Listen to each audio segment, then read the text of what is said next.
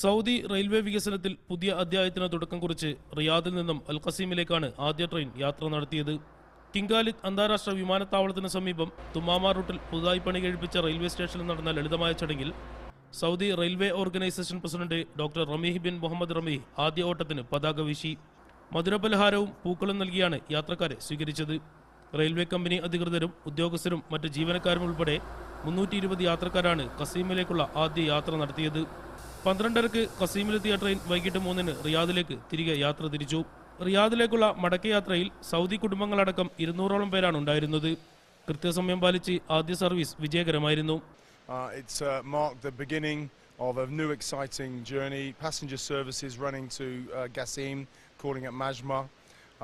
A 2 hours 30 journey at 200 kilometers per hour. It went really well. We were very pleased with it. Our customers were very pleased with the service. 2 diesel എഞ്ചിനും 7 കോച്ചുകളുമുള്ള ട്രെയിനിൽ 440 പേർക്ക് യാത്ര ചെയ്യാം. ആദ്യഘട്ടത്തിൽ ഒറ്റ train മാത്രമാണ് service നടത്തുന്നത്. രാവിലെ 10-ന് റിയാദിൽ നിന്നും പുറപ്പെട്ട് ഉച്ചയ്ക്ക് 12:30-ന് ഖസീമിലെത്തും. ഉച്ച കഴിഞ്ഞ് 3-ന് അവിടെ നിന്നും തിരിച്ച് 5:30-ക്ക് റിയാദിലെത്തും. ഇതിനിടയിൽ മജ്മയിൽ മാത്രമാണ് സ്റ്റോപ്പുള്ളത്.